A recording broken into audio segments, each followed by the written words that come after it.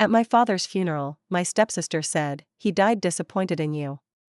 My aunt clutched her chest and said, "No. He died protecting her." She reached into her bag and pulled out a sealed wooden figurine. When I opened it, the truth poured out like fire. "It's pathetic you didn't even visit him in the end." That's what my stepsister Sienna said to me in a whisper at my father's funeral. She didn't even look at me when she said it. Her voice was level, almost cold, like she'd rehearsed the line. We were standing next to the altar, in front of his coffin, while people filtered out around us. I'd flown up from Asheville, North Carolina the day before and hadn't even had time to process my father's sudden death before being pulled into family drama. Before I could even form a response, my Aunt Darlene, my dad's younger sister, let out a gasp. Her hand went to her chest like she'd been punched. Then she said, louder than necessary, "No. He didn't die disappointed. He died protecting her." She reached into her oversized handbag and pulled out a small, carved wooden figurine, a lion I vaguely remembered from childhood. She placed it into my hands, trembling, and told me my father left it for me, with instructions. What was inside that figurine turned my entire understanding of my father and my family on its head. My name is Rose Fairchild. I'm 41, single, child-free, and work as a marketing director for a food company. I've been living in Asheville for over a decade now. But this story takes place in Bar Harbor, Maine, where I grew up. My father, Everett Fairchild, was a professor of history at a small college there. My mom, Marion, was a practical, funny, steady social worker. She died when I was 16 from ovarian cancer. After that, everything changed. I think Dad was lonely, but instead of leaning into the family he already had me and Aunt Darlene, he ended up marrying Lizette less than 2 years after Mom passed. Lizette was a former grad student of his, several years younger. She was elegant in a way that always seemed performative. She came with a daughter, Sienna, who was 1 year younger than me. I tried. I really did. I tried to like them. But Sienna had this edge to her obsession with competition, especially when it came to Dad's attention. I think she always felt like she had to prove she deserved to be in the house. Meanwhile, Lizette slowly inserted herself into every part of Dad's life. She handled his calendar, paid bills, even fielded calls from old colleagues. It was like she was auditioning for some sort of step-forward role she thought real wives played. Dad and I stayed close-ish, but we drifted. It was a quiet kind of distance, the kind where you still talk on the phone once a week but stick to safe topics: weather, my job, his garden, an old book he reread. Never feelings. Never family. Never the tension that thickened the air every time I visited. I stopped coming back for holidays after the fight at Thanksgiving in 2014. Sienna accused me of trying to reclaim ownership of the house because I dared to bring up old photos of Mom that Lizette had packed away without asking. Dad didn't defend me. He didn't say anything, really. Just stared at the cranberry sauce like it could give him answers. That night, I told him I wouldn't be coming back anytime soon. He just nodded and said, "I understand." And that was it. Fast forward to March this year. Dad had a heart attack in his sleep. He was 72. I got the call from Aunt Darlene, not Lizette. That says something, doesn't it? I took the next flight out. Walking back into that house was like stepping into a carefully curated museum. No photos of Mom. Barely any of me. Sienna and Lizette were on every wall. Graduation. New Year's. A Christmas cruise I hadn't been invited to. At the funeral, I sat beside Aunt Darlene. She was quiet for most of it, wiping tears with a handkerchief so old I remembered it from my childhood. Sienna and Lizette sat in the front row, dramatically composed. Sienna looked like she'd walked out of a fashion magazine. That's always been her thing, performance over presence. After the ceremony, I lingered at the altar. I didn't know what I was waiting for. Maybe a sign. Maybe just courage. That's when Sienna approached me and whispered that awful line. "It's pathetic you didn't even visit him in the end." Like I had abandoned him. Like I hadn't made the choice to stay away because I could barely survive the toxicity in that house. When Aunt Darlene gave me the figurine, the small wooden lion carved with remarkable detail, I was confused. I remembered it vaguely. Dad used to keep it on his desk. Said it was from a trip to Kenya in the 80s. She told me, he said to give you this if anything happened suddenly. He said you'd know what to do. I thought it was a sentimental token. But when I held it, I noticed a faint seam down the back. And when I turned it a certain way, it clicked open. Inside was a folded letter, worn from age and handling. It was addressed to me in my dad's handwriting. I stepped outside the church, hands trembling, and opened it. It was several pages long. The kind of letter you only write when you know you've run out of time. In it, Dad explained that he'd made mistakes. After Mom's death, he let his guilt and grief cloud his judgment. That Lizette's return to his life wasn't a chance she had reached out while he was at his lowest. And he let her in, believing it might help me to have a maternal figure again. But it wasn't just that. He explained that Lizette had always wanted more from him, even back when she was his student. That he had turned her down multiple times and thought she'd moved on. But she hadn't. She waited, watched, and re-entered his life like someone slipping into an open wound. He wrote that he knew things were bad between me and the rest of the household. Worse than I ever let on. That Sienna had lied about me, about incidents that never happened. That Lizette had rewritten parts of his finances, pulled money from my college account, he'd replaced it without telling me, and even tried to get my name off certain property deeds. He said he chose not to fight it head-on because he feared what full confrontation might do to me. He didn't want to lose me entirely. So he quietly protected what he could. He wrote, "Every time you pulled away, I told myself it was the price I had to pay for my cowardice. But I never stopped watching out for you." At the end of the letter, he explained he had set up a trust in my name, kept the lake cabin deed separate from the rest of the estate, and made sure Aunt Darlene was named as a secondary trustee in case Lizette tried anything. He signed it, "Always your father, never their pawn dad." I didn't go back inside the church. I sat on the stone steps outside for nearly half an hour, trying to breathe. The sea air was sharp, and the sun had come out like the sky had changed its mind about the mood of the day. I was angry. Not at him, not really. At the years lost. At how much I had blamed myself. At how easily Lizette and Sienna had manipulated him and me. I didn't confront them right then. I didn't see the point. There was more power in walking away with the truth. Later that night, I showed the letter to Aunt Darlene. She wasn't surprised. She said she'd known something was off for years but hadn't had proof. She only found the figurine 2 weeks before he died while helping him reorganize his office. The next day, I found the documents Dad had mentioned. A full binder tucked away in his home office, labeled Fairchild Legacy, for Rosalind. Inside were bank records, scanned property deeds, even notarized statements from lawyers he had consulted with about Lizette's questionable practices. It wasn't just a trail. It was a map. One he'd left for me to follow, when I was ready. I stayed in Bar Harbor longer than I'd planned. Originally, I'd only intended to be there for the funeral, maybe a few days afterward to help Aunt Darlene sort through Dad's things. But that letter, that lion figurine, everything had cracked open a sealed box inside of me that I didn't realize was still full. Aunt Darlene insisted I stay at her place rather than in my father's house. "You shouldn't be sleeping under the same roof with vipers," she said. She lived in a modest 2-story cottage near the shoreline, the kind of place that always smelled faintly of cedar and chamomile. Her home was filled with real family photos. Pictures of me with Dad and Mom, faded Polaroids from birthday parties, my 5th grade Halloween costume, the camping trip where Dad fell into the lake. I hadn't realized how long it had been since I'd seen a photo of my mother until I saw one on Darlene's hallway wall. Just her and Dad on their wedding day in a simple dress, laughing, completely unaware of how fragile and short life would be. I stared at that picture for 10 minutes, tracing her smile with my eyes, wondering if she'd ever imagined this for me. That night, I lay awake on Darlene's guest bed, the letter open on the nightstand.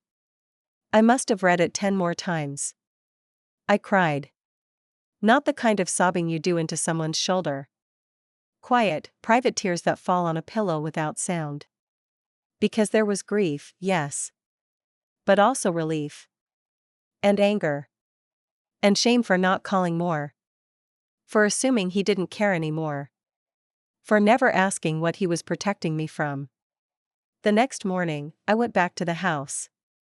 I didn't tell anyone I was coming.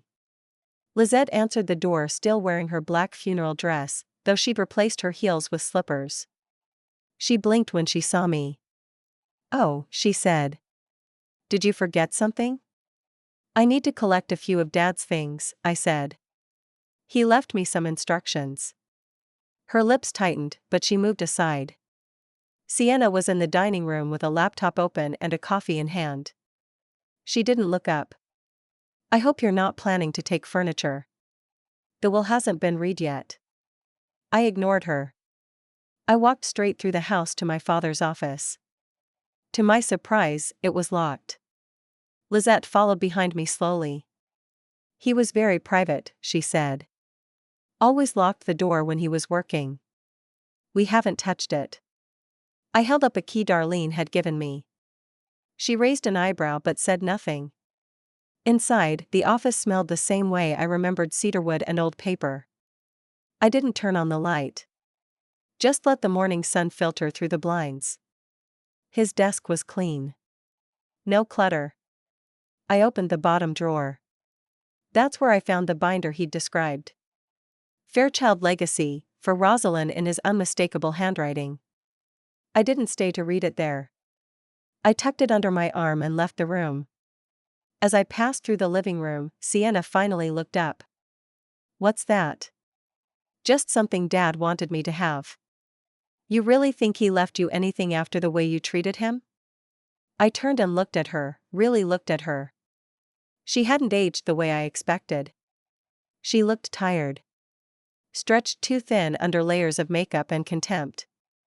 "I think you believed your own stories," I said quietly. "That doesn't make them true." Back at Darlene's, I opened the binder. It wasn't just finances. It was a full narrative. My father had documented everything. Times Lizette had overridden his decisions. When Sienna had used his accounts to pay off personal shopping debts. Copies of insurance policies. Letters from attorneys. He'd even kept a private journal typed, dated, printed out and stored in a folder labeled personal. In one entry from 3 years ago, he wrote, "She told me again that Rose was trying to manipulate me." I didn't say anything. What would be the point? But I see it clearer now. Rose left not because she was ungrateful, but because I didn't stop the storm from raining on her. I built a roof over the wrong heads. I felt like I was reading someone else's diary. Someone who had loved me from the shadows, who hadn't known how to show it in real time. The journal entries became more personal toward the end. Fewer notes about Lizette and Sienna. More reflections. Musings about mortality. Fears he'd be remembered only as someone who made poor choices. If Rose finds this one day, I want her to know I tried. Maybe too late. But I tried. I spent the next few days coordinating with the estate attorney and the trustee Dad had appointed. To Lizette's horror, Dad's will had been updated 3 years earlier, and everything he could legally separate from his private accounts, the lake cabin, and personal items was left to me.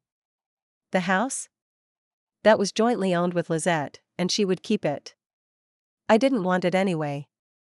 It was a museum of denial. The cabin, though, that was mine outright.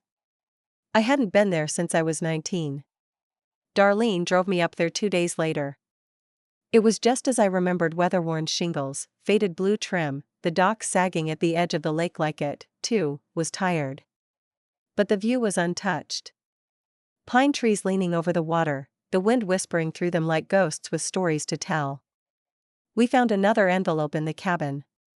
It had been hidden under a loose floorboard in the bedroom. My name is written in marker.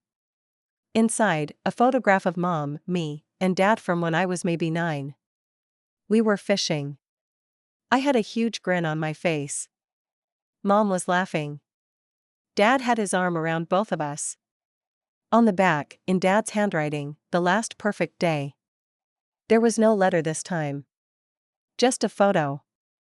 I sat on the edge of the bed for a long time. Darlene sat next to me, silent. She didn't try to hug me. Just placed a hand on my back, a grounding weight. Do you want to stay? She finally asked. I nodded. Just for a few days. I need to remember things on my own terms. I'll bring groceries tomorrow, she said, standing up. Don't burn the place down. That made me smile. Barely. That night, I built a fire in the old stone hearth.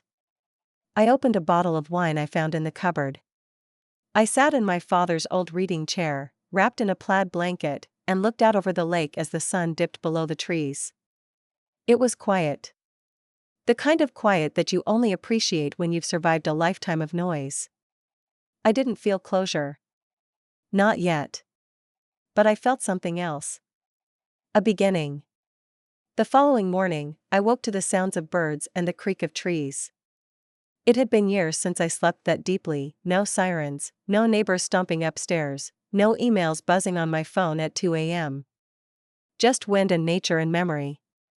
I brewed coffee on the old gas stove, using the same dented kettle I remembered from childhood. The cabin had been untouched, truly untouched. It was dusty, yes, but everything was there like we'd just stepped out for groceries and never returned. The faded crocheted throw on the sofa, the ceramic mug with number 1 Dad and peeling paint, the bookshelf still stuffed with tattered paperbacks. I wandered through each room slowly, like I was trying not to scare the ghosts. Every corner, every photo, every drawer whispered something I had forgotten or tried not to remember. And then, in a small cigar box beneath a stack of outdated fishing licenses, I found something else. Letters. Letters he had written but never sent. Some addressed to me. Others to my mother. Some were angry. Some were guilt-ridden. One, dated the same year as our last fight 2014, was nearly illegible from water damage, but I could still make out the lines. She stood up for herself, and I didn't stand with her. I was a coward. I let Lizette speak over her, and I told myself I was being neutral. But silence always protects the louder voice. I sat on the cabin floor with the letters spread around me like fallen leaves. I didn't cry this time. I just breathed, deep and even, like I hadn't in years. That afternoon, Darlene came back with groceries and cleaning supplies. She didn't comment on the circles under my eyes or the unopened wine bottle from the night before still sitting on the table. She just set the bags down and asked, "How's the past treating you?" Louder than I expected, I said. We worked in companionable silence, sweeping, wiping down counters, airing out musty blankets. Every now and then we'd find something tucked away, a childhood drawing, an old shopping list in Dad's handwriting, a broken clock he never got around to fixing. This place could be beautiful again, Darlene said after we finished cleaning. She stood with her hands on her hips, surveying the space. It was your mother's favorite spot. She used to say it was the only place where your dad wasn't a professor, just a man who knew how to build a fire and catch dinner. I don't know what I'll do with it yet, I admitted. You don't have to decide now. Let it tell you. That night, I made soup from the groceries and ate on the porch under a wool blanket. The lake was still, like glass, and the stars looked like they did when I was a little closer, clearer. And then my phone buzzed. It was a text from Sienna. You really think you're some kind of victim? Dad saw you for what you were. That letter was just him feeling guilty. You manipulated him your whole life. No greeting. No name. Just poison. I stared at it for a long moment, then locked my phone and set it aside. There was nothing left to say to her. She didn't want the truth. She wanted control. And without Dad alive to triangulate between us, she had no more tools. The next few days were quiet. I split my time between Darlene's house and the cabin, combing through what Dad had left me physically and emotionally. There were more documents, tax files, retirement plans, letters from former students. Every single thing was meticulously organized, like he knew someday I'd need the full picture. And somewhere in that binder, tucked behind a divider labeled personal and private, I found a series of notes. Little observations about me from over the years. Not letters, exactly. Just lines. Rosalind's laugh has changed since her mother died, less from the belly, more from the throat. She didn't come home for Christmas. I didn't ask why. I already knew. I saw her in a photo on Facebook. She looks strong. I wish I'd helped build that, instead of making her build it in spite of me. They weren't apologies, not exactly. But they were admitted. And that meant more. The estate lawyer called a week after the funeral. He was ready to meet to begin the formal reading of the will with all involved parties. Lizette is requesting a private review, he said carefully. She's asked for certain items to be excluded based on community property. Let her request, I said. I'll be there. I arrived at the law office early. Wore black slacks, a blazer, minimal makeup. Not because I needed to impress anyone, but because I wanted to feel composed. Solid. Lizette was already there when I entered, cool, polished, with an expression that teetered between boredom and disdain. Sienna wasn't with her. Maybe she'd finally realized there were no more strings to pull. The reading was short.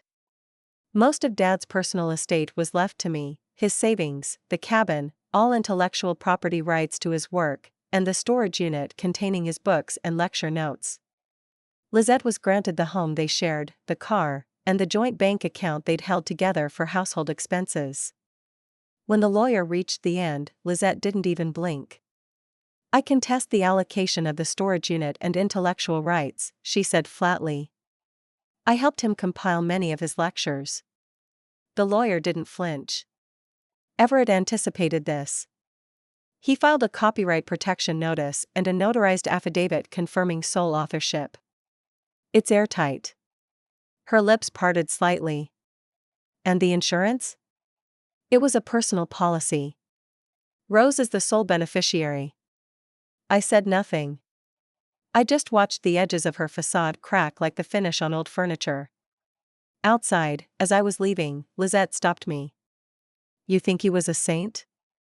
She hissed. He lied to both of us. No, I said. He just finally told me the truth. She didn't follow me to the parking lot. Back at the cabin that evening, I sat on the dock with my bare feet in the water. It was colder than I remembered, but refreshing. Bracing. Darlene joined me with 2 beers in hand. He used to do this, she said, handing one to me. After lectures. Sit here in his old flannel, drinking beer and watching the fish jump. Your mom used to tease him that he thought too much. He did think too much, I said. But he also saw more than I realized. She nodded. And he loved you. I looked out over the water, the letter from the lion figurine folded in my pocket. I know that now. But knowing it, that was just the start. Darlene left the cabin the next morning with a knowing look and a promise to bring more coffee on her next visit. She'd given me space, but now that the will was settled and Lizette had no more room to scheme, I could feel something shifting inside me. I wasn't just grieving anymore. I was reclaiming. But something still tugged at me, that last jab from Sienna. That she'd said I manipulated Dad. Even now, she was trying to rewrite the story. And it wasn't just her. For years, people in town had heard only their side. Their Christmas newsletters, their curated stories, their performances at the church or fundraisers. I'd been the one who moved away and never came back. The daughter who lost touch. I had kept quiet to protect myself, but now I had the truth and the proof. And it was time I did something with it. 2 weeks later, I made my move. I requested a meeting with the board at Bar Harbor College where Dad had taught for over 30 years. I didn't want to cause drama. I just wanted to honor the real version of him. The version they barely knew. I brought the binder. The letters. the outline of his final lecture series, which he had hoped to turn into a book but never got the chance. They were surprised to see me. But when I started reading excerpts from his writings, particularly those about integrity, identity, and the quiet decisions that shape legacy, they listened. More than that, they asked questions. 3 months later, the college announced the establishment of the Everett Fairchild Lecture Series on ethical legacy in education, funded by the intellectual property rights Dad had left me and the insurance money from his policy. But that wasn't the satisfying part. What was satisfying was what came next. I published the letters. Not all of them are just enough. Enough to make it clear who he was, what had happened, and how much he had protected me. I posted the story on a quiet blog under my name, shared it in a few local forums, even submitted it to the Bar Harbor Journal. I didn't name names. I didn't need to. People connected the dots. The response was slow at first. Then steady. Former students emailed me. One sent me scanned notes Dad had written in the margins of her thesis draft. He told me I was good enough before I believed it myself, she wrote. Another said, he used to say his daughter was the strongest person he knew. He was always proud of you. I hadn't known that. Turns out, a lot of people had only ever heard Lizette's version. Her carefully edited narrative. But now, the truth was public. Honest. Untouched by bitterness. Just, whole. And Sienna? Well. She tried to sue me for defamation. But it fizzled fast. There were no names in the published work. No direct accusations. Just my story, my truth, and my father's words. And because Dad had safeguarded everything legally, financially, and emotionally, there was nothing left for her to take. One day, about 6 months after the funeral, I saw her in town. She was working at a boutique cafe, pouring coffee behind the counter. She didn't see me at first. She was smiling tightly at a customer, her posture perfect. Then her eyes met mine. She stiffened. I didn't say a word. Just offered a calm, polite nod and left. Revenge doesn't always need noise. Sometimes it's a full life lived without shame. Sometimes it's the satisfaction of no longer shrinking so someone else can feel big. I moved into the cabin permanently that fall. I still kept my job in Asheville, working remotely. The college invited me back each year to speak at the lecture series in Dad's name. I talked about legacy. About truth. About how silence can protect lies, and how honesty even late still matters. I planted hydrangeas by the porch in Mom's memory. Repaired the dock. Kept the lion figurine on my desk. A reminder of the truth that had waited patiently, carved into wood and silence. The last time I visited Dad's grave, I brought a new photo. Me, standing in front of the college auditorium with his name carved above the arch. I tucked it behind the flower vase. Your name means something now, I told him. Not because of who you married. But because of who you really were. Then I stood up, dusted off my knees, and walked back toward the lake toward home. And this time I didn't look back.